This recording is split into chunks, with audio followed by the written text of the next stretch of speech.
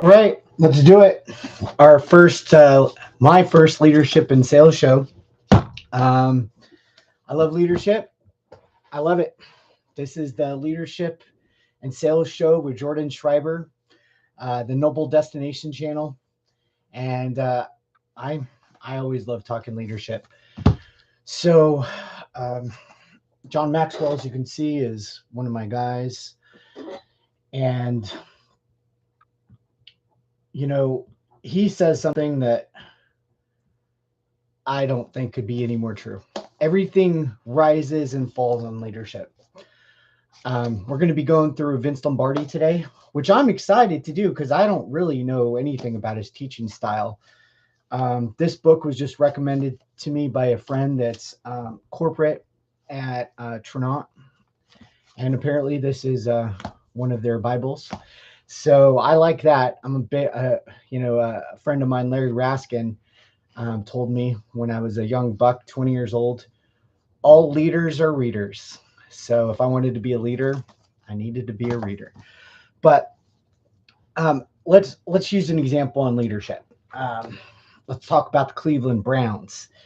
So they've never won a Super Bowl, and in Cleveland, and then the team moved to Baltimore and changed the name, new franchise, and then there was a restarting of the Browns several years later, and that team has never made the Super Bowl, and I believe they've only made the playoffs twice in like 40 years, 30 years, something like that, since they've been back in the league.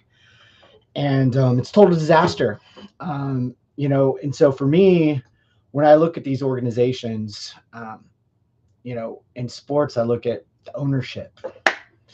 The ownership is the main leader. I've got the Rams and Panthers game on over here too. Uh, the the owner is the main person. Main person.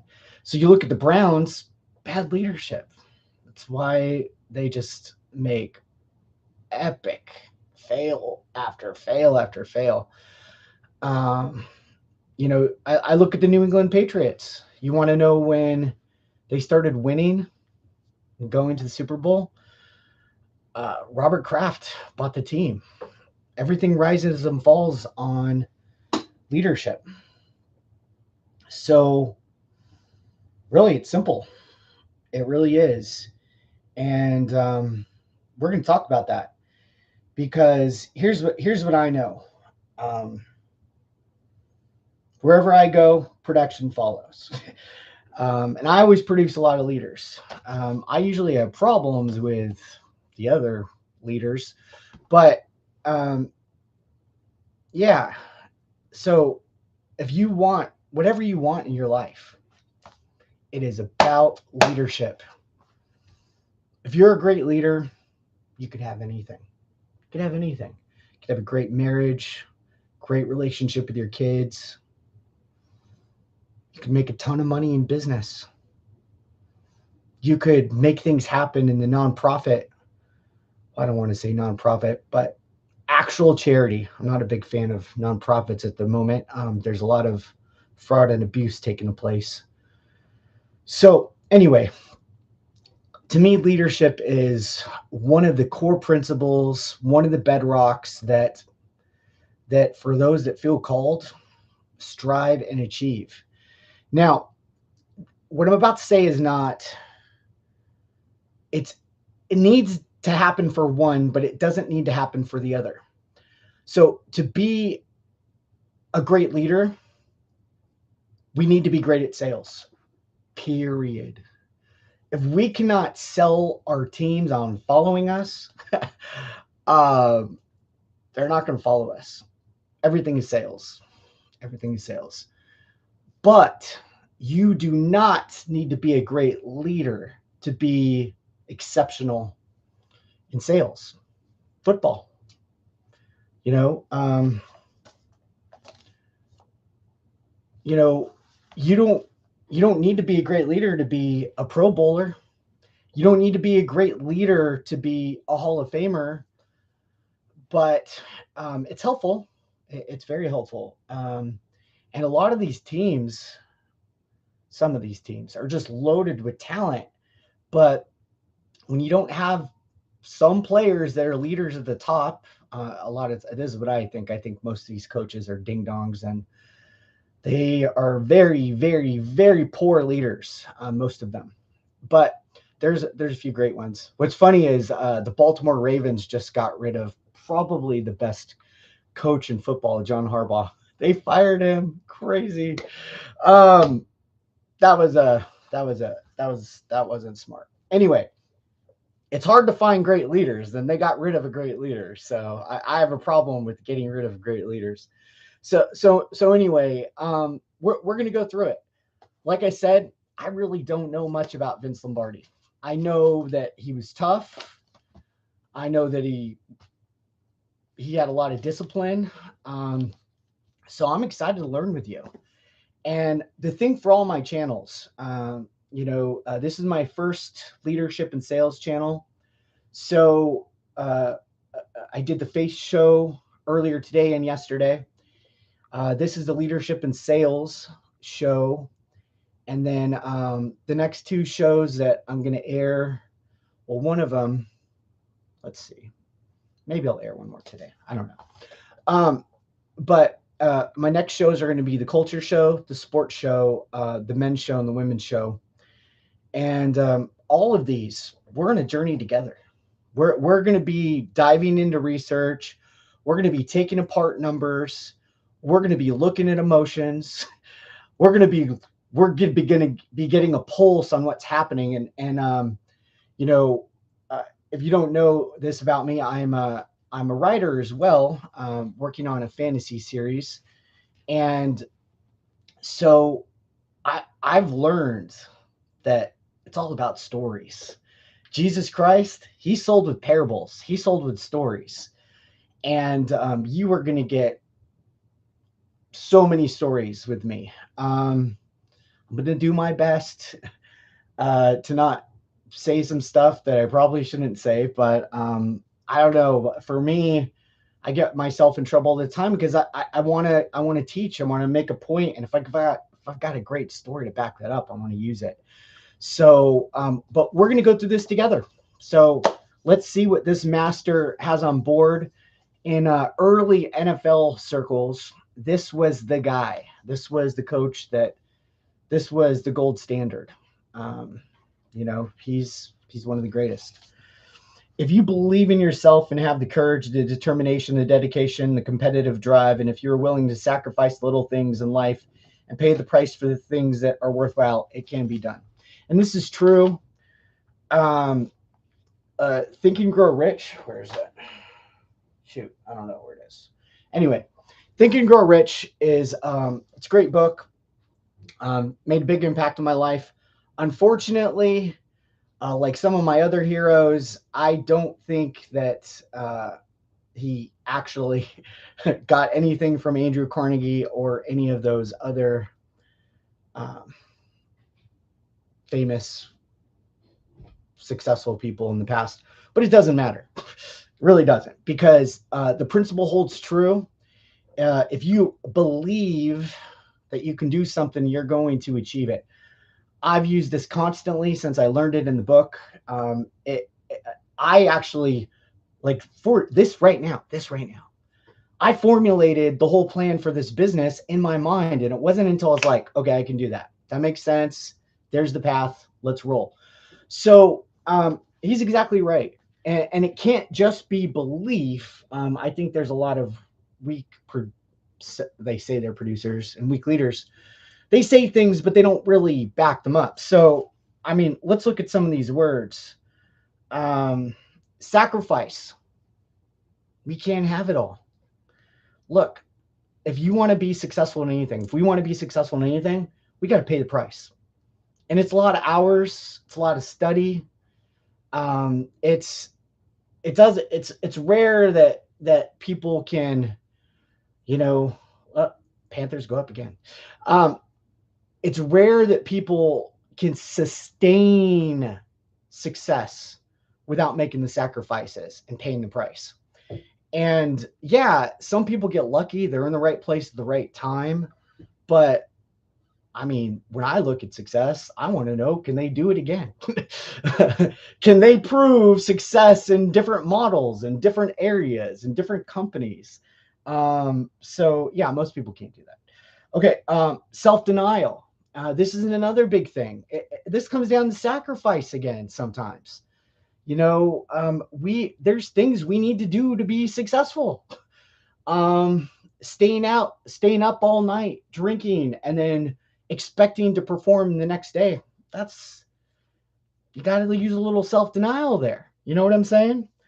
Okay, and it says combined with a perfectly disciplined will. So, a will is forged, and success begets success. And when we achieve in one thing, and it better be achievement, I see a lot of people talking about things that are not achievements. So, so here's the thing: is it an achievement? Number one, that's where we need self-reflection, discernment. We need to be able to take apart what we just did. Was it really an accomplishment? But when we start stacking true accomplishments, we start building momentum, and we can build bigger and bigger and bigger and bigger accomplishments until everything's easy, everything's possible.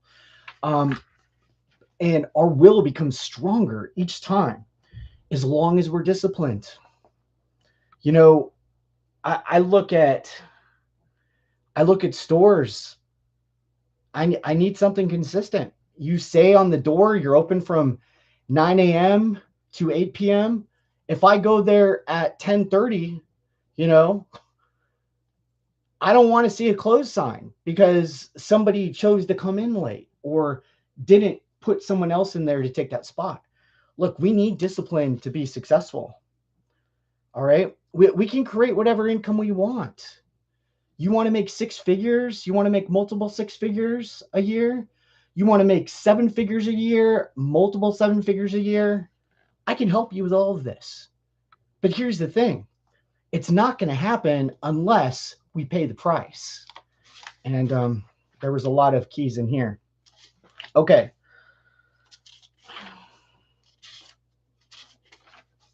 The Lombardi Rules, a leadership book from a football coach. In my opinion, some of the best leadership lessons I've ever learned were from coaches. The best of all time, in my opinion, John Wooden, the greatest. I'm a big Bill Belichick fan. Got my Bill Belichick book right there. I haven't done it yet, but I've got a whole host of Notre Dame coaches that won national championships that I can't wait to dig into either. But I played sports. I'm a big sports fan, as you can see. My father, Vince Lombardi, was not a captain of industry. He didn't run a multi-billion-dollar organization, and he never wrote books on business strategy. He was simply a very successful football coach.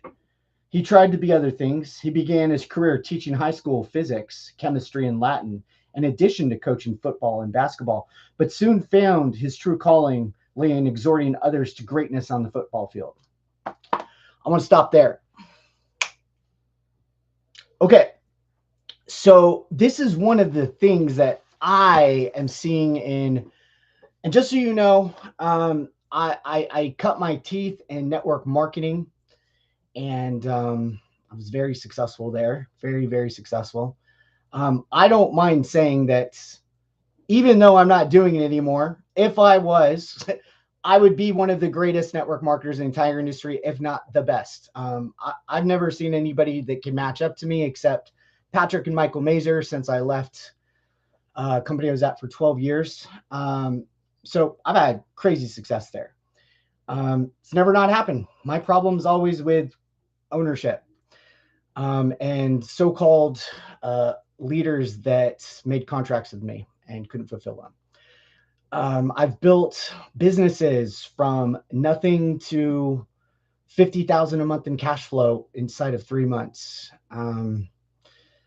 Doesn't matter what I sell. If I've had corporate jobs, I've been able to go top 5 or number 1 producer in the world, even though I'm new to a lot of those areas. I coached a high school baseball team in the preseason one time. They'd won 2 games in 3 years. I got them the full preseason without the obviously loser head coach. And they won enough games to go to the playoffs. And they got rid of me because the head coach was pissed off that I was keeping them from the second they got out of school until the sun went down every day. And I was filling their heads with winning CIF championships, which I'm from Southern California, so that's like winning state in most states. And actually, California does state championships now, but they didn't used to. They went to the playoffs, and that wasn't because of the coach. It doesn't matter what I do. Corporate jobs, I go in and I dominate on sales. I've been vice president in telecom companies. I've worked in tech, doing 300+% of my quota. So the big thing is yes, I am a performer. I perform, but this is the key. When it says his true calling lay in exhorting others to greatness on the football field. So when I lead my teams, and I am no easy coach, this is the thing. It is about pulling greatness out of people. It's about pushing them to new levels. We live in this, kid gloves that people put on their snow mittens to work with their teams. You do not build champions that way. You do not build champions that way. You see, you talk about it's a refining process.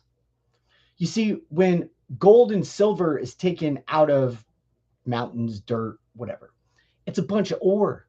So they throw it in a scalding hot pot and they liquefy everything.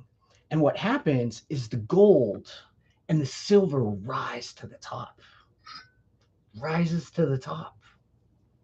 To get the pure silver, you get the best of that hunk of rock. The only way we can get the best out of people is to push them, not with kid gloves, but see, the key is that people need to know that you care about them, that you want what's best for them.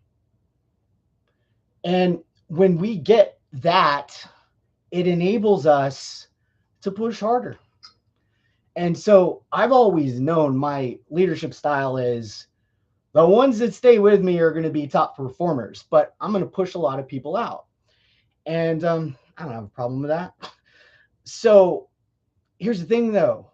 I consistently produce champions.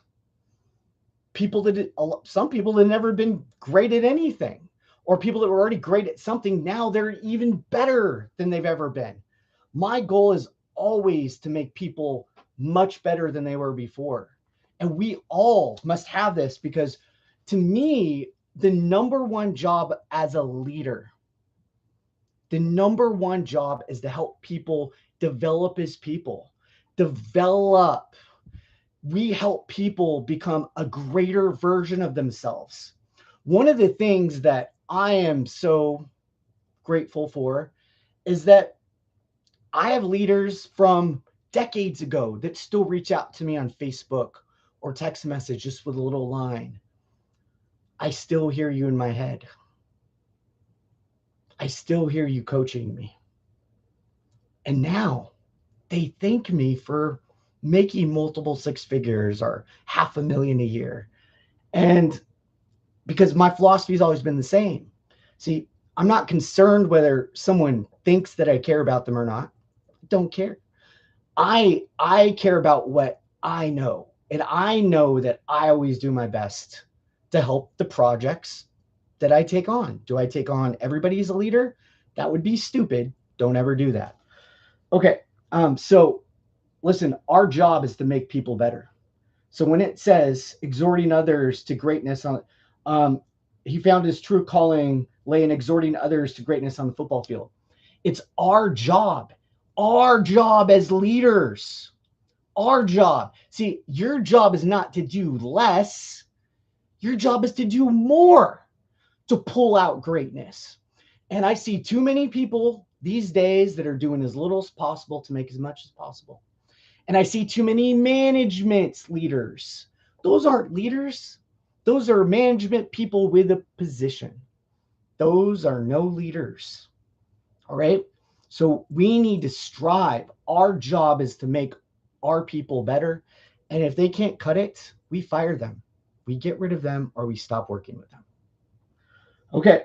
As coach of the Green Bay Packers from 1959 to 1967, Lombardi took a ragtag group of players that had floundered at the bottom of the National Football League for years, and in only 2 seasons molded them into a championship team. Okay. This is the key again. This is the key.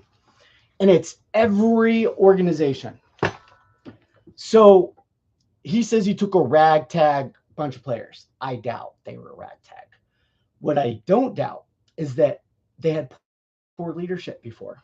And let's see if we could actually look while we're talking. My guess, and we're about to find out if it is correct or not, my guess is that the teams were just really, really bad. So we're looking at 1957 and 1958. Stand by while I pull this up. And here's my guess is that it's the same great players. They just had a horrible coach, horrible leader at the top, horrible owner, horrible coach. There were no GMs back then. But here's what I know. Weak people want to have other weak people around them. Really strong leaders want to be surrounded by really strong leaders. The problem is like the weaker tier leaders, like the B tier leaders, they also hate people like me. The A players that are exceptional. Look at Steve Jobs, man. Steve Jobs was amazing, and they kicked him out of his own company. Okay, 1957 NFL standings. Okay.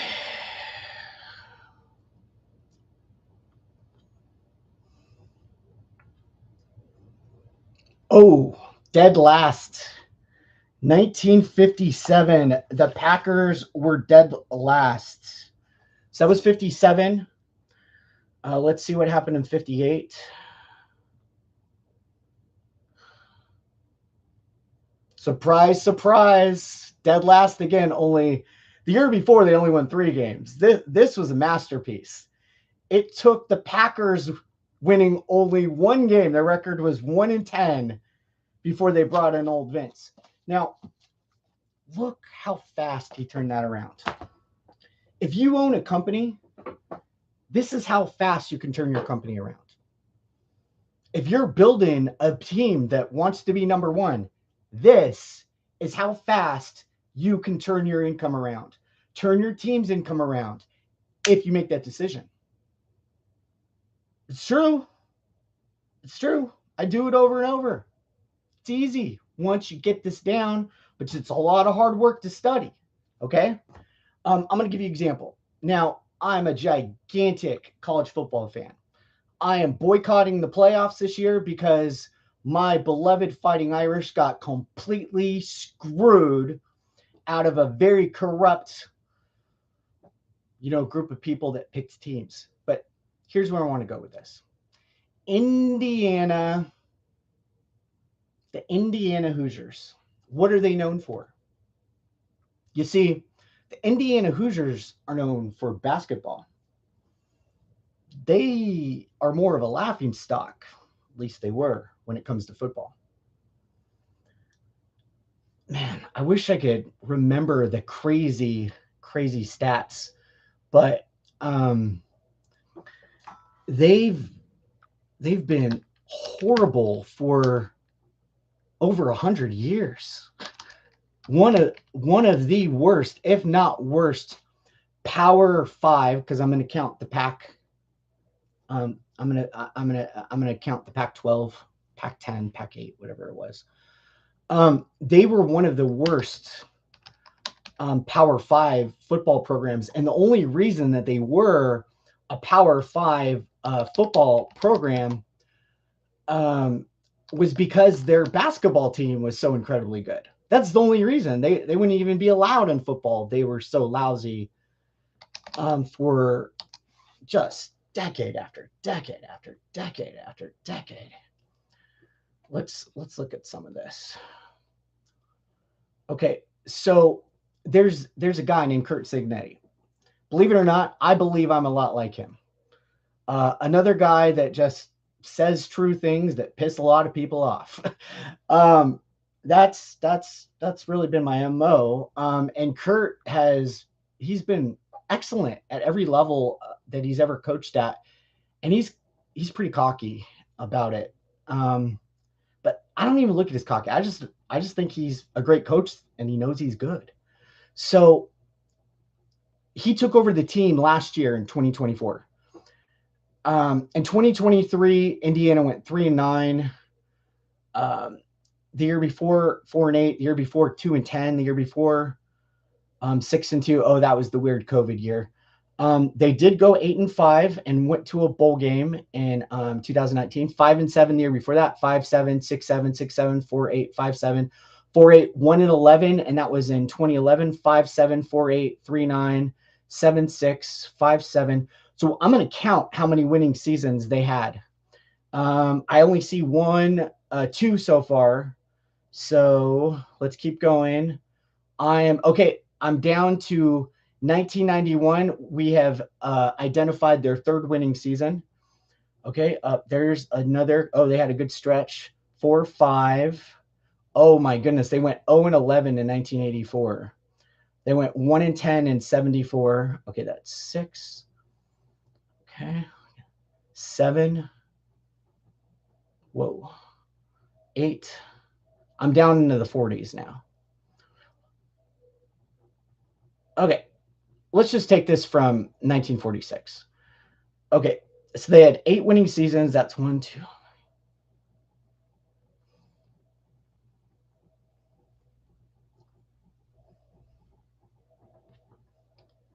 So what am I doing here? 46, that's going to be 86 will be 40 years plus 4 will be 90. So 44, that's 64 years. That's 84 years plus 6. So 90 years. They had 8, it's 8 or 9. 8, let's say 9. 9 winning seasons. No, it's 8. 8 winning seasons in 90 years. And a whole bunch of seasons. Look at this. 2-7, 2-7, 2-7, 0-11, 1-8. This was an awful football program. So Curt Cignetti comes in there last year from a lower division. And he had helped that school move up to the upper division, but they were in a lower league. So they were a group of 5, James Madison. And he comes in to Indiana last year. They go 3-9 in 2023. He brings in players from the lower division. Brings in all his players from James Madison. This is not big time football. They go 11-2 last year. They make the playoffs. They got their butts kicked by Notre Dame, and they would have again this year. All right, and then this year, Indiana is 15-0, and I think they're going to blow the doors off Miami in the championship game. I'm not watching it because I'm boycotting it. But here's the thing. It was the leader, Curt Cignetti, is the one that changed all of that. Everything rises and falls on leadership. So let's talk about this. John Maxwell. The number one most important thing that I've learned about Leadership from John Maxwell is the law of the lid. The law of the lid. So the way the law of the lid works,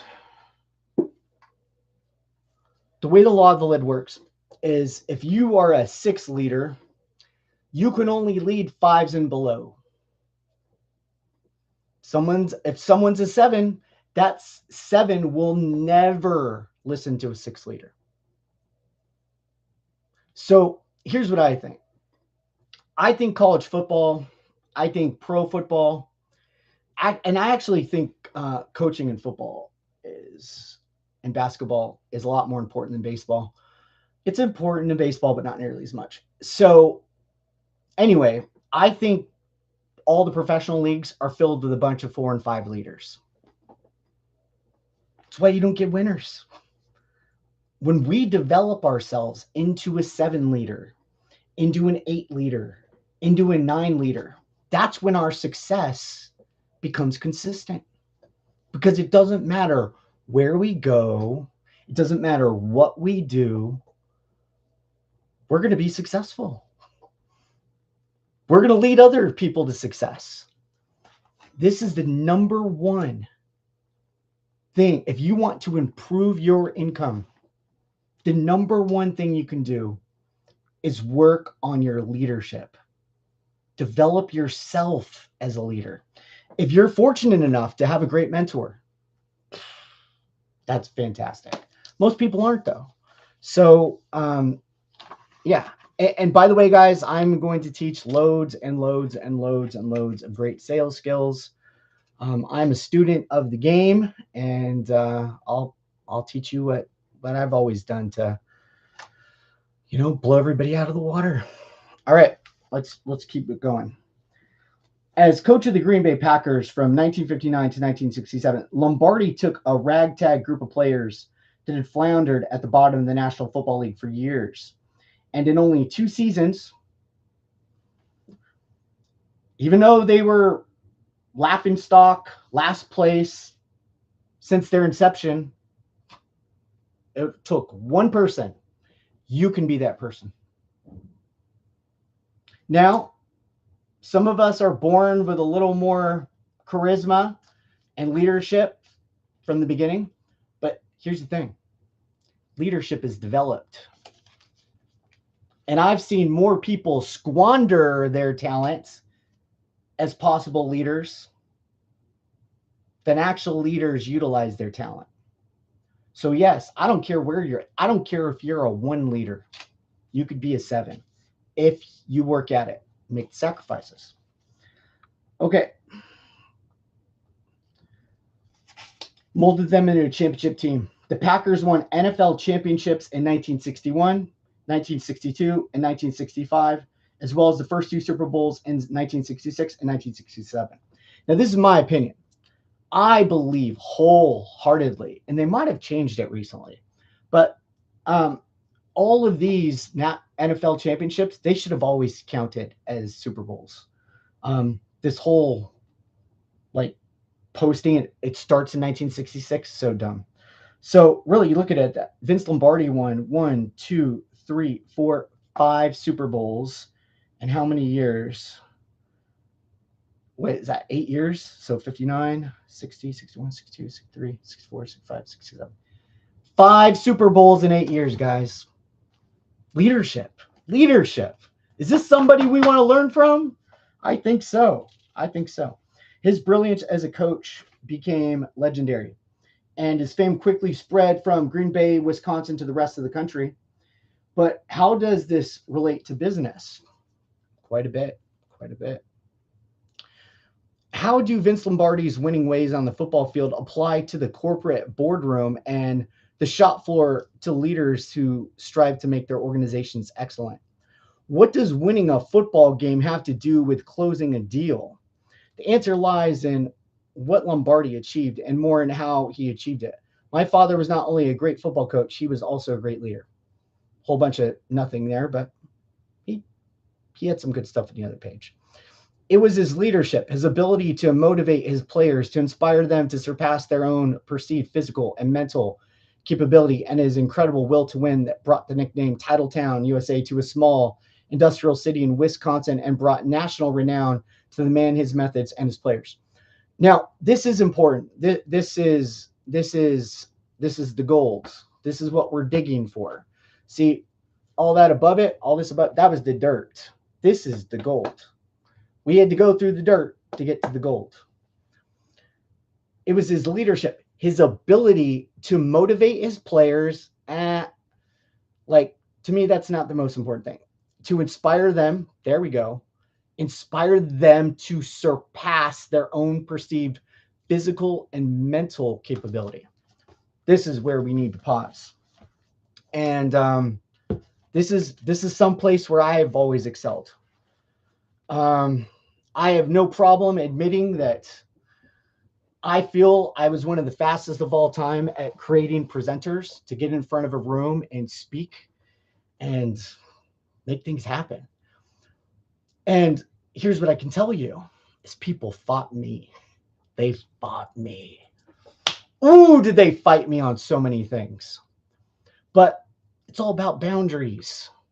You see, I don't let somebody tell me what's not possible when I've already proven it possible with hundreds of other people.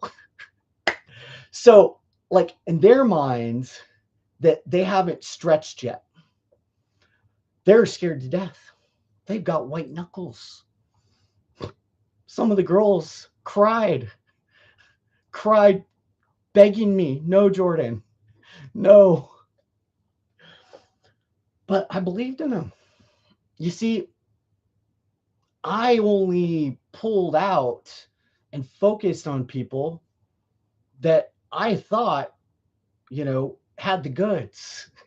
So you think I'm going to let them stop me from making them into what they're supposed to be? I think not. I think not. So it's our vision for them that's important. But what I see so often with these weak, vanilla cupcake leaders, they let their teams dictate how things should go. Well, I don't feel comfortable doing that. Oh, this makes me scared. I need more time to learn. No. Just like I don't have kids, but if I did, I would not be letting my kids have Skittles for breakfast. In fact, I wouldn't even let them have Fruity Pebbles for breakfast. Even though I love Fruity Pebbles and that's what I ate as a kid, I still, by the grace of God, if I have kids, that's not going to happen in my household. So here's the thing. Kids will eat candy all day, every day, but it doesn't mean it's good for them. Parents need to set boundaries. Leaders, you are the parents. You are the parents. You need to set boundaries. Because just like parents, the majority of the time know what's much better for their kids than the kids know for themselves, you as the leader, the experienced leader, the leader that's paying the price to learn leadership from people like Vince Lombardi, like John Wooden, like John Maxwell. You're paying the price. You know things they don't know. So we need to push people out of their comfort zone. Because if we don't, they just stay in their comfort zone. And I'm not a fan of mediocre lives. I'm not a fan of mediocre output. So it's our job. Again, I always saw it as my number one job as a leader was to develop people to a higher level. Honestly, it was my behind the scenes was my goal was to develop their soul. So it's not about what they say. It's about what's best for them, what's best for the organization. You see, on football teams, sometimes players are asked to play positions they don't want to play. Sometimes players are asked because they got passed up to be a great backup. some of these guys, they cry like little babies and they don't produce anymore because they're not the guy. And some players say, "You got it, coach. I'm going to give you my all." And these are the types of players that are the backbones of championship teams. So, look, I know it's hard. I know it's hard to push people to do things that they don't want to do. They cry about it. They whine about it. They give excuses. It's our job. It's our job to help them through that. And you can't let them off the hook. No, no, no. By the way, this channel, we live by the 2 rules of 3, John Wooden's 2 rules of 3. No whining, no complaining, no excuses. That's the first rule of 3. No whining, no complaining, no excuses. So I recommend you create that culture in your own environment, in your own team, so that everybody knows. That's just a bunch of whining. Stop that nonsense. I only want solutions. Someone's making excuses.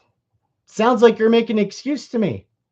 What's the solution? How do we fix this? How do we get your numbers up? Stop telling me about what doesn't work. What has been working for you? What do we got to do to fix it? What can you do to improve this? And again, weak muffin top leaders, management people in positions, they don't know how to do it. But I'm showing you the way. All right, let's move on. Lombardi had definite ideas about the qualities and tactics required for effective leadership. In the Lombardi model, leadership starts with a simple premise. Only by knowing yourself can you become an effective leader. Once you understand yourself, you can start to grow and write your character, building the crucial attributes of a leader, such as character and integrity. Once these are developed, the building blocks are in place for you to become a successful leader. We've struck gold again. Okay. So this is saying a lot. Lombardi did not become a championship coach by accident. Says it right here.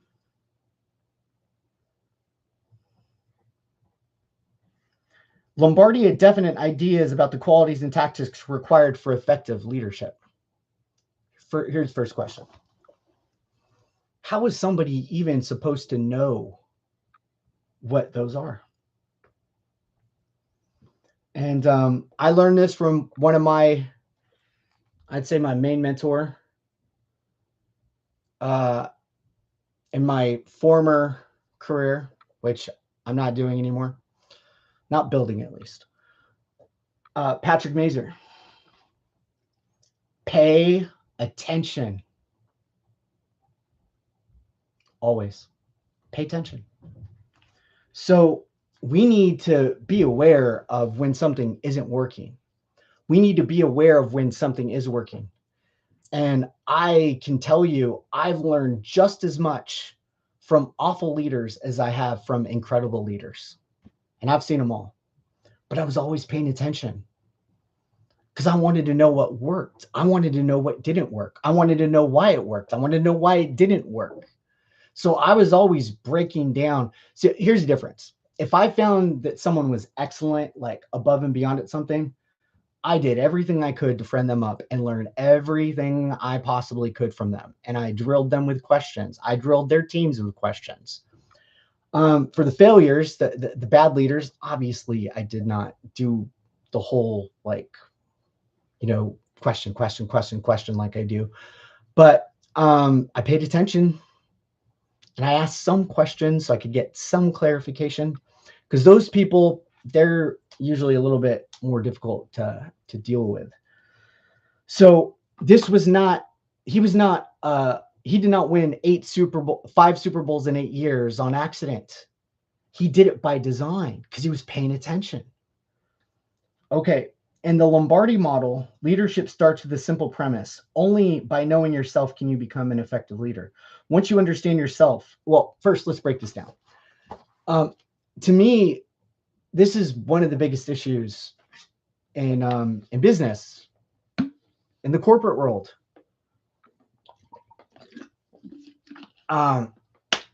Egos get in the way, and people are not self-reflective enough to figure out what works and what doesn't work. And they get locked into ideas that make no sense. So we need to be able to do self-evaluations on, what did I do wrong? What did I do right? We need to see it. We need to see A to Z. We need to see 1 to 10. We need to break it down. Because if we don't, if we don't break that down, it's going to be hard to raise that lid, that leadership level. Okay. So number one, be aware of yourself. Pay attention to yourself. Pay attention to what works and what doesn't work, and get an idea of the consequences. Like for me, my leadership style, there's a lot of consequences. I push a lot of people away. But I'm willing to have those consequences because my people that stay, we crush it. They crush it. So for you, it's the same concept. You've got to figure out who you are, first of all. And then just break the whole thing down. Break yourself down. Break it down. And be honest, be truthful. I think too many people focus on the positives, and I think that's destructive myself. So dig deep, find out your strengths, find out your weaknesses. And here's the thing, everybody's leadership style is different. So you're going to have some qualities that are going to be astronomical, great. That's going to be part of your foundation. Does that make sense? Like, I've got a friend, we're not talking anymore, but I've got a good friend. I still love her to death. Her name is Jennifer Dowd. And we have completely different leadership styles. I think you're getting an idea of mine. I'm very system oriented. I'm very routine oriented. I'm very by the letter oriented. And she's got this charisma and happiness, and just her charisma carries the whole day. She's made over $25 million in her career. So, she's focused where she should be focused. Straight up. That's her quality. That's her strength. So we need to be able to do self evaluations, get the pros and cons, and find out what we can live with, what we can't, and to keep playing around with, like, it's like getting into a safe. We've just got to keep playing with the combination until we find the best model. Okay. But that can only happen if we do, real introspections. Once you understand yourself, you can start to grow and write your character, building the crucial attributes of a leader, such as character and integrity. Once these are developed, the building blocks are in place for you to become a successful leader. More gold. We've got our pickaxe out, and we're cracking right into the gold. This is another one of I live by this. And what's interesting to me is I even had this before I really had this. And that's a code. We all need a code. We have to have it. Everybody, I know of Italian murderers, gangsters that have codes.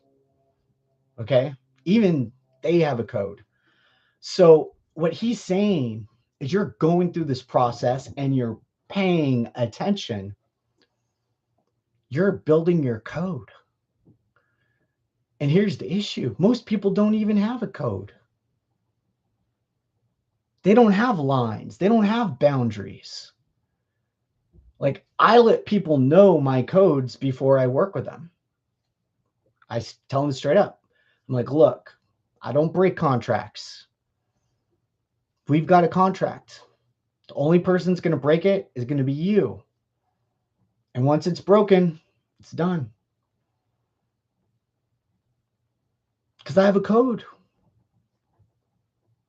I know my boundaries. I know where I'm willing to put my time, my energy, my life. So you got to get a code. You got to get a code. And that's developed through working on yourself. Okay. Self-knowledge to character and integrity to leadership. Here's the problem. I definitely value character and integrity greatly. One of the reasons I love John Wooden so much. And my character and integrity has cost me millions and millions and millions of dollars.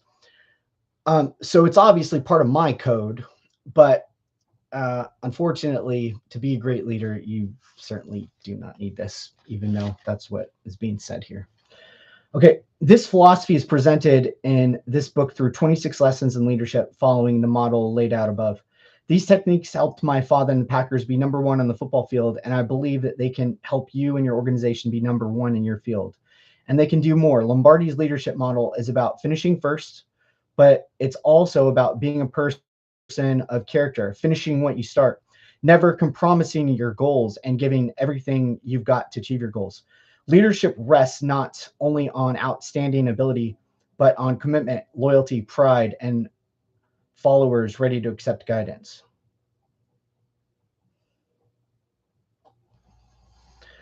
Yeah, on teams, we need commitment. You can't have a winning team, whether that's in business or on the football field, without commitment. I think loyalty is important. You know, I do. I don't like mentoring people that aren't loyal to me, that have it out for me. I just stop helping them. You want to create pride in your organization, create pride in your team. It goes a long ways for all of this. Okay, so that was the intro from the sun. We will continue on next time. Okay, guys, thank you for tuning in. This was the Leadership and Sales Show with Jordan Schreiber, part of the Noble Destination channel. And I've got a lot of different shows. The Faith Show, which I've planning on doing every day. I'm not committing to it. I did it yesterday, did it today, started yesterday. And so I start by going through the proverb of the day. So tomorrow will be the 11th, and there's all kinds of rabbit holes I go down. But key spiritual truth, just so you know, I'm a Christian, but I've studied it all a lot, not all, studied a lot. And then I also have the Culture Show. My next show actually is going to be the Culture Show. And I'm going to be highlighting just what's going on in the culture. The next show is actually on the movie theater and how we've lost. It's a goner, I think. It used to be a gigantic part of my life, and it's extremely rare. I used to go to multiple movies a week, and I don't go to a movie every 6 months now. So that's going to be the next Culture Show. I'm doing a sports show and a man's and women's show as well. So keep tuning in. This is day 2, and we'll see if I get one more show in today or not. I'm not sure. All right. Well, anyway, you guys all take care. Thank you for tuning in. Bye now.